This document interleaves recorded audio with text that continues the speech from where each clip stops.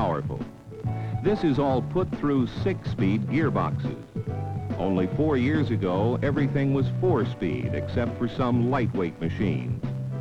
Suspension is advanced, where the cycles now are getting 9 inches or more on the front and rear wheel with special forks like Marzocchi and Ceriani.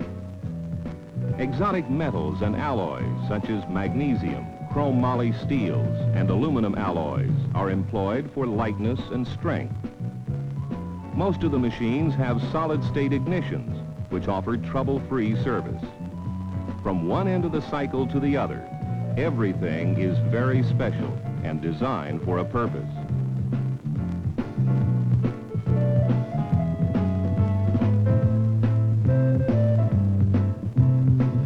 The only break the competitors got in the tough Italian 6 days was the weather. Every day for 6 days, the sun was shining bright, and the temperature was near perfect for riding. Without the mud, water, and adverse weather conditions, most cycles did not wear as they would in those type conditions. However, wheels and suspensions did take a terrific beating.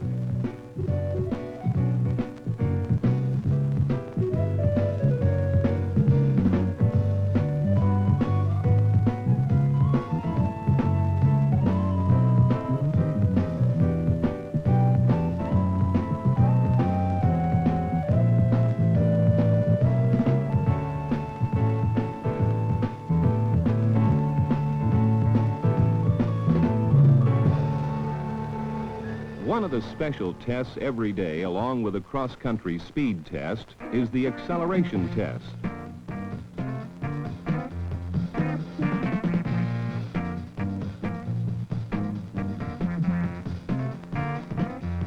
The competitor must accelerate the approximate 1/4 mile as fast as possible.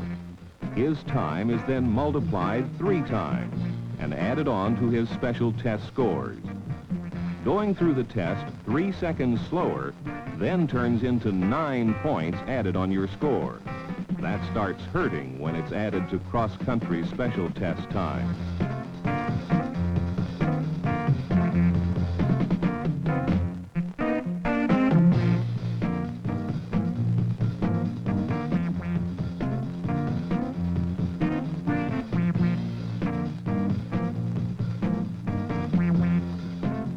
As the rider accelerates through the test, he is also sound tested, and penalty points are added to his time for being over a certain decibel limit. The only break a competitor gets all day long is the fuel and time checks, and that is only if he is early. He must fuel his body and his cycle, and must attend to his cycle's needs, which are most important. Loose nuts or spokes, broken or wearing parts must be fixed with utmost concern, or the cycle will never make it to the finish line. Most competitors have about 15 to 20 items that they check over at every fuel or time check. Unauthorized spares and use of outside assistance is against the rules of 6 days, and a competitor can be disqualified for receiving help or spare parts or tools from pit crews or along the route.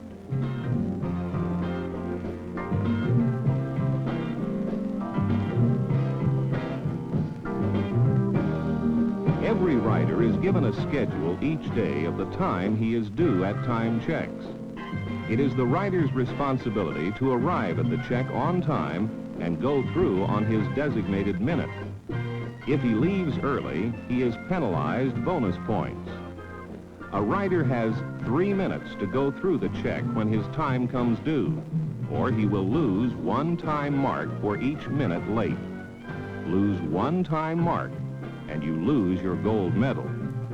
That's why competitors must be sure their cycles are always trouble-free, as problems on the trail could result in losing time and arriving at the next check late.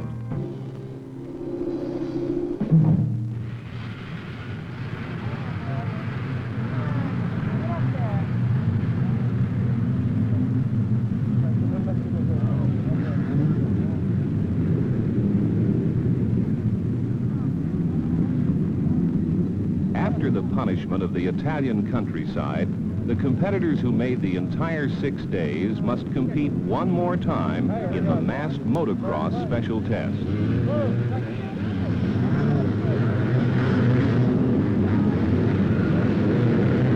Some years, the last event of the ISDT is a road race or grass track race. In Italy, it is the Italian 500cc Grand Prix course.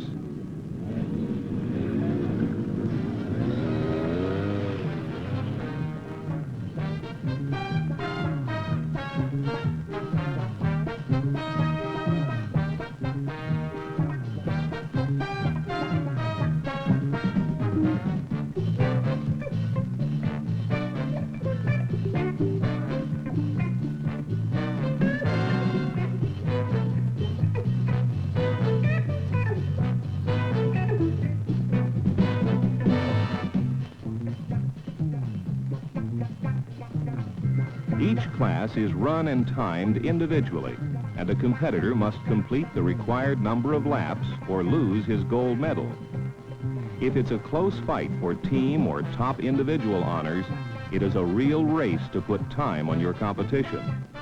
It was anticlimactic in the trophy team competition, however, as the 4-time world champion Czechoslovakians were the only trophy team not to lose time marks. They had already assured themselves of their 5th straight world championship.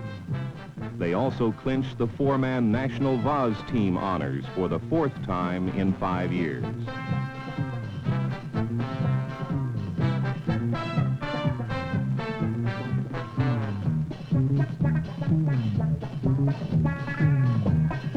The Penton-mounted U.S. trophy team finished all 6 riders, but the 3 smaller capacity Pentons lost time marks on the tough Italian hills.